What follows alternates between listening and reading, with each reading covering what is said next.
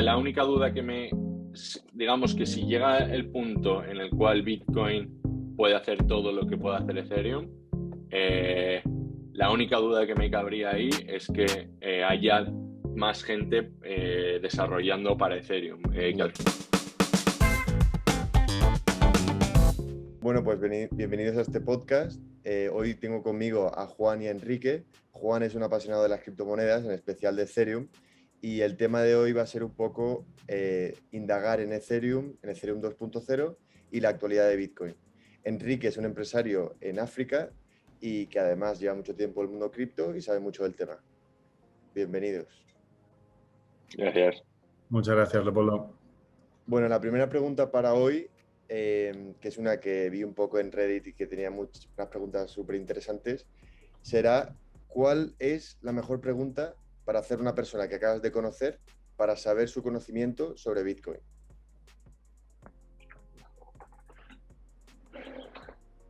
Si no, te pongo la que ponían. Juan, ¿tú pues, o Enrique? Pues no lo sé, la verdad. La verdad que, a ver, Bitcoin es un tema que engloba tantas cosas que creo que sería complicado poner uno. Pero bueno, diría algo probablemente relacionado con un poco el espíritu que hay detrás de mucha gente que le gusta Bitcoin, de muchos de los seguidores de Bitcoin, es un poco Bitcoin como propiedad y Bitcoin como libertad. Entonces, a Michael Saylor le gusta mucho hablar de Bitcoin es esperanza, y se habla mucho de Bitcoin es libertad, etcétera. Y Bitcoin como una herramienta para el individuo, para ser soberano de su dinero y para ser dueño real de sus activos, pues creo que el entender esa parte, pues a mí me parece que si alguien entiende eso, pues tiene un entendimiento bastante o relativamente profundo del tema. Ahora, pues podríamos hablar también de la minería, o podríamos hablar también del tema de entender uno de los aspectos más importantes o el más importante de Bitcoin, que es el tema del límite de los 21 millones y de la inflación, etcétera. Pero creo que el de la libertad o el de la propiedad individual, pues puede ser de los más importantes, o te puede dar una idea de que esa persona pues controla el tema, por lo menos desde el punto de vista filosófico, digamos, aunque sepa más o menos de minería, o sepa más o menos de lo que es un hash, o sepa más o menos más aspectos más técnicos donde no se mete a todo el mundo. Venga, pues como tú has dicho una filosófica, yo iría para una técnica y le preguntaría qué es un UTXO, el Unspent Transaction Output. UTXO. Vale. UTXO, pues muy bueno. Y la pregunta que hacía en el thread de esto era: se ha minado un bloque hace 8 minutos. ¿Cuándo se minará el próximo? Y bueno, y había una serie de respuestas muy elaboradas y muy buenas. Porque lo lógico sería decir en 2 minutos, pero van más allá. Bueno, pasando un poco a Ethereum.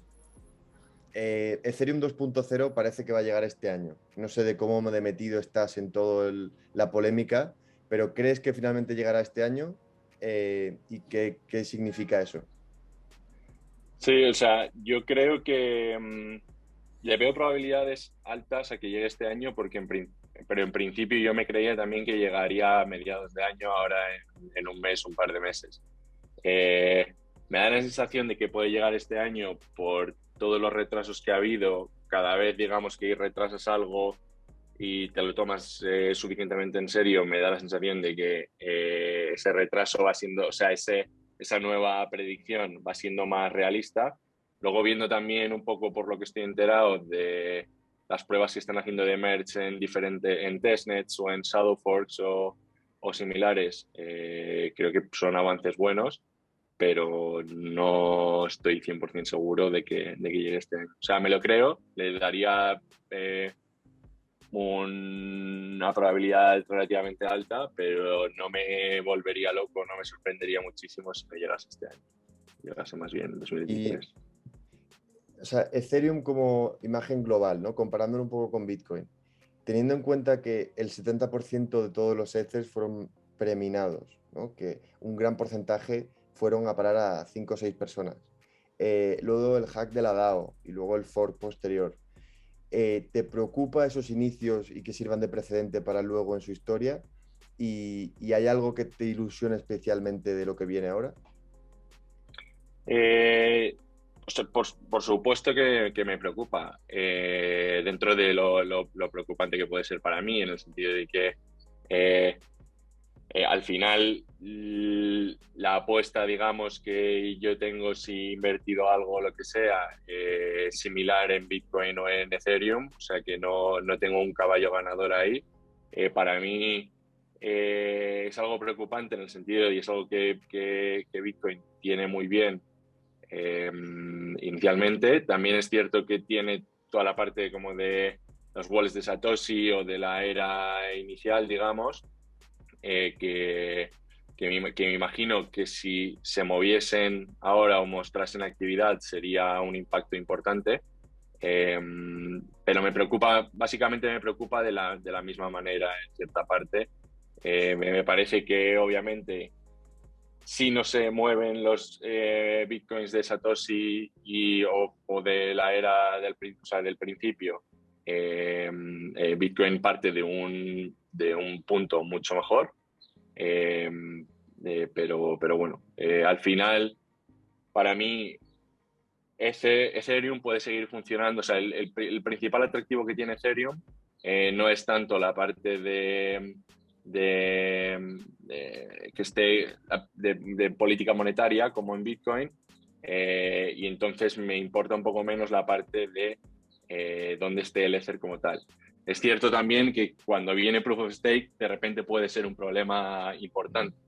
Entonces, no te sabría decir, no es una pregunta que me parece más profunda de lo que parece en realidad. Sí, yo distinguiría entre Bitcoin y Ethereum porque aunque Satoshi tenga un porcentaje importante de los Bitcoins, a diferencia de en Ethereum, no se le han sido predeterminados. O sea, Satoshi los tiene porque él minó bloques cuando nadie quería minar, pero él no tiene ningún tipo de privilegio sobre el sistema y la prueba está que tampoco ha habido un hard fork como ha pasado en Ethereum, que un grupo de personas básicamente ha reducido o sea, ha decidido sobre el futuro de la red, ¿no? Que va un poco en contra de todo lo que significa el mundo cripto.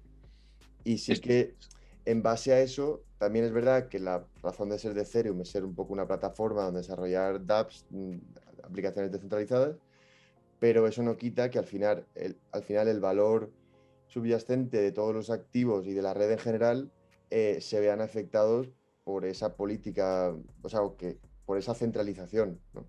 Que es un poco todo sí, lo que busca luchar. Bueno, diferenciando un poco entre Proof of Stake y Proof of Work, eh, yo inicialmente nunca he sido muy fan de Proof of Stake, pero aún más con últimos argumentos en contra de Proof of Stake me hacen reforzar un poco esta idea. ¿Tú qué te parece Proof of Stake y qué opinas sobre eso? yo creo que al final es para mí como lo que se resume en ambos es put your money where your mouth is, en el sentido de que al final, tanto para Proof of Work como para Proof of Stake, a día de hoy necesitas una inversión relativamente importante. Creo que el sistema es más complejo y por tanto me gusta menos el de Proof of Stake, en el sentido de que al final el Proof of Work es estadísticamente tú has estado poniendo recursos detrás de este bloque que dices, y es más difícil, sobre todo teniendo en cuenta la pregunta que decías anterior del 70% de todos los ETHs fueron preminados, que haya un ataque sobre la red que sea que no se detecte, básicamente. No sé si has visto, hay un chico que ahora mismo no me acuerdo cómo se llama, que es del MIT, que estudia, creo que aerospace, y está en el MIT por el ejército americano, y este dice que al final es estás utilizando energía en defender property, que en este caso es Bitcoin, porque él es defensor de Proof of Work. Y no solo eso, sino que él lo piensa desde el punto de vista de un estado, de tipo Estados Unidos en concreto, porque él es estadounidense y del ejército americano. Y él dice que si en el caso de Bitcoin, si alguien estuviese atacando, vamos a decir, otro estado, empieza a atacar Bitcoin porque tiene recursos semi ilimitados y puede montar una granja de mining, imagínate, y hacer un 51% attack. Hay una cosa que por lo que yo entiendo a él le gusta, que es tú puedes atacar esa granja, o sea, puedes, digamos, devolver el ataque. Él dice, bueno, kinetically o sea, básicamente que puedes atacar con bombas o con ataque físico, con energía, de otra forma. O sea, tú, al final ellos te están atacando con energía a tu red de Bitcoin, que es donde tú guardas tus reservas nacionales según lo que él defiende, y tú puedes atacar de vuelta destruyendo esa granja, ¿no? Y en Proof of Stake parece que eso no es viable porque pueden estar atacando la red sin que tú seas consciente sin que un actor de fuera sea consciente de que le están atacando, básicamente. Vale, muy interesante. Y bueno, teniendo un poco más atención a la actualidad, ¿a qué se debe esta bajada y qué es lo que está pasando con Terra Luna? No sé cómo de metido estás en todo eso. Se debe, yo creo, que a un conjunto de cosas macroeconómicas y de ciclo, probablemente. La de esta semana de Terra y Luna, pues se debe, yo creo, que a un mal diseño del stablecoin de USD. Y básicamente entrada en una espiral de la muerte y no estaba diseñado para el worst case scenario, y eso hace que se haya ido. Me parece que es una limpia que, dentro de que es bastante perjudicial a corto plazo, a largo plazo para todo el entorno es mejor que digamos que los diseños que no funcionan desaparezcan. Vale. Enrique, tú, un análisis un poco también a nivel macro, vemos que todo el mercado en general está bajando también, al igual que Bitcoin. También ahora la achacan mucho a Bitcoin, que hay mucha volatilidad. Hay un tuit de Rejón el otro día que decía que hay que regular esto de cripto, como no puede ser que algo baje tanto. Y también hemos visto que Facebook ha bajado una burrada, Netflix ha bajado mucho más que Bitcoin, Amazon un 30% igual que Bitcoin desde el principio de año. O sea que al final hay un poco la doble vara de medir. ¿Por qué está bajando todo el mercado últimamente? A ver, pues tampoco, o sea, no tengo una gran respuesta a nivel macro. Llevamos un par de años muy complicados de problemas logísticos, problemas de suministros, problemas de materias primas, mayor impresión de dinero, etcétera. Pues todo eso ha ido contribuyendo, y eso nosotros lo estamos notando mucho pues eso, a nivel de inflación, que estamos viendo por primera vez digamos, en un par de décadas, porque las situaciones de inflación altas pues se han visto en el pasado en Estados Unidos y en Europa, pero gente de nuestra generación pues no las conoce. Nos parecen cosas del tercer mundo, de países en desarrollo, que es lo que son y es donde se ven mucho más. Entonces, pues estamos viendo, no sé, por ejemplo, el uso de Bitcoin en este tipo de países. Por ejemplo, yo estoy ahora mismo en África, yo estoy en Ghana. Pues en este tipo de países Bitcoin no se ve tanto como especulación en precio, sino que la narrativa de protección de tu dinero o protección de tu propiedad contra la inflación y contra la pérdida de valor de la moneda se aprecia mucho. Más allá de las subidas y bajadas puntuales o coyunturales que pueda tener el precio.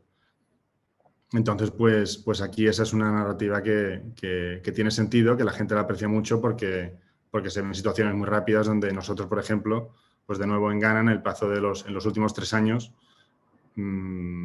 los precios se han duplicado, o la inflación o la moneda ha perdido la mitad de su valor, y la gente cobra a lo mejor un 10 o un 20% más de lo que cobraba.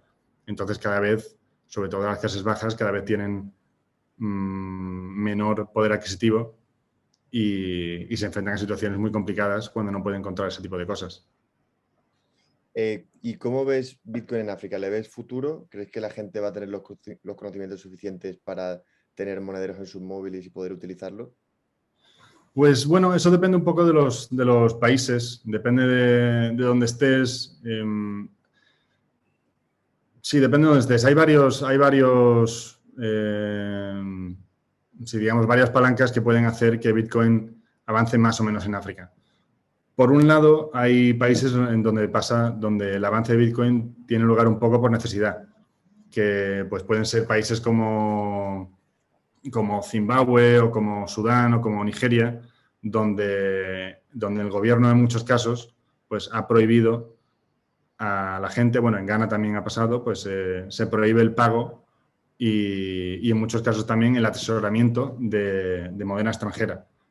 Entonces, la gente que vive en esos países solamente tiene, sobre todo la gente, como decía antes, pues la gente que tiene pocos recursos económicos, pues ve cómo su dinero y sus ahorros se van devaluando con el paso del tiempo, no a un ritmo, sí, no a un ritmo de décadas de un 2% al año y cosas a las que estamos acostumbrados, sino un 9, un 20% al año, en otros casos mucho más.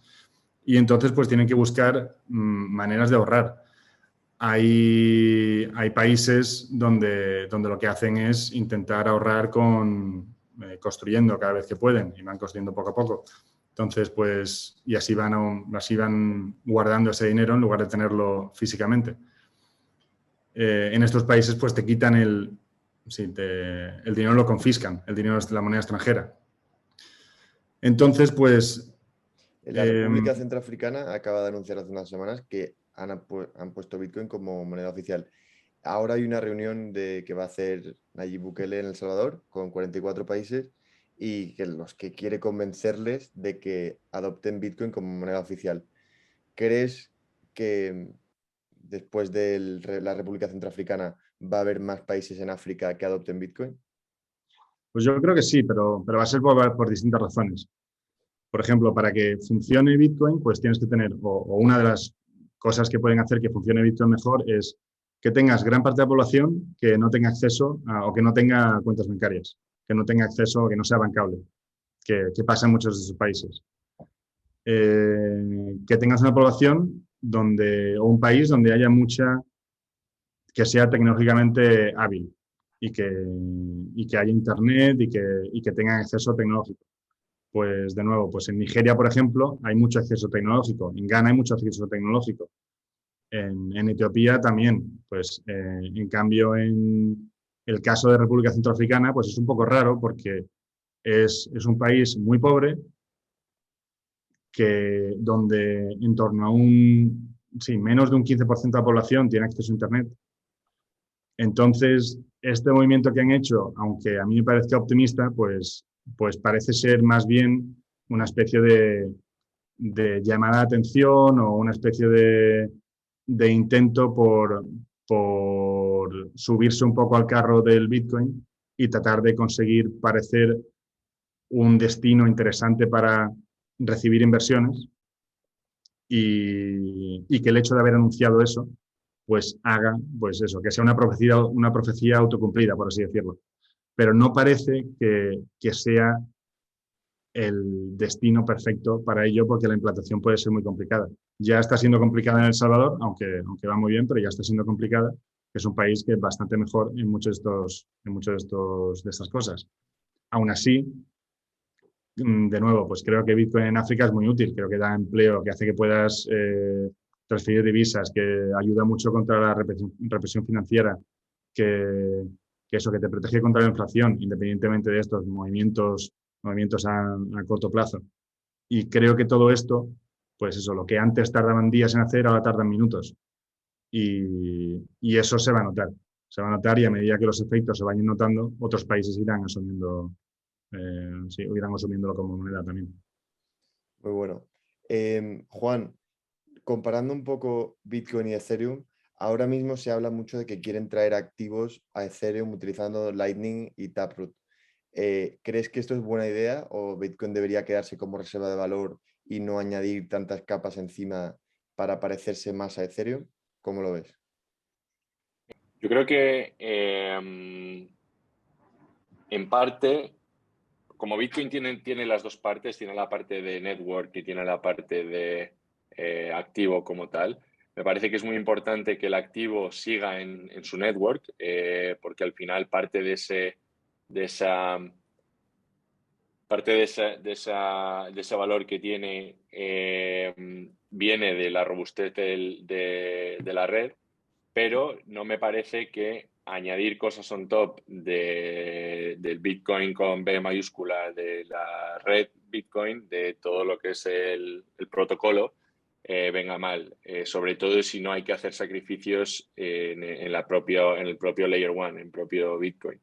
Entonces yo creo que usar Bitcoin como settlement layer o como...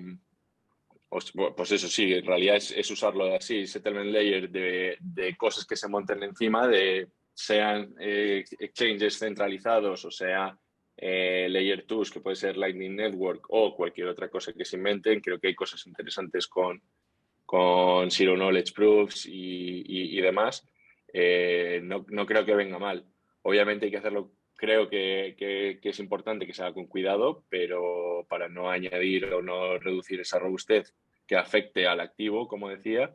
Pero para Bitcoin como activo no me parece que afecte en nada, y para Bitcoin como red, si se hace con cuidado, me parece que puede estar bien, porque lo que hará será añadirle utilidad a la red, y en parte añadir demanda para pagar las fees, que a su vez el hecho de que haya demanda por bloques mantendrá la seguridad, que es el típico argumento de por qué Proof of Work no va a sobrevivir cuando el subsidio por bloque se reduzca. Entonces, al final, creo que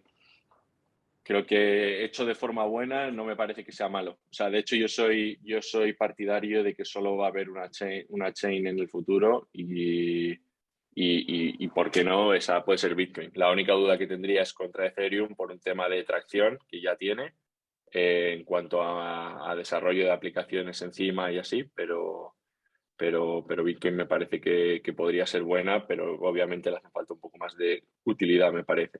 O más que a la red de Bitcoin, al Layer 1, a las capas de encima. Creo Ya. que no vendría mal, de hecho. Justo, porque un poco lo siguiente a eso sería, si eso pasa, ¿cuál sería el motivo de ser de Ethereum, ¿no? Si Bitcoin todo funciona mucho mejor, Exactamente, claro. es mucho más sólido, no tendría ninguna razón de ser Ethereum, a menos que la red que ya existe.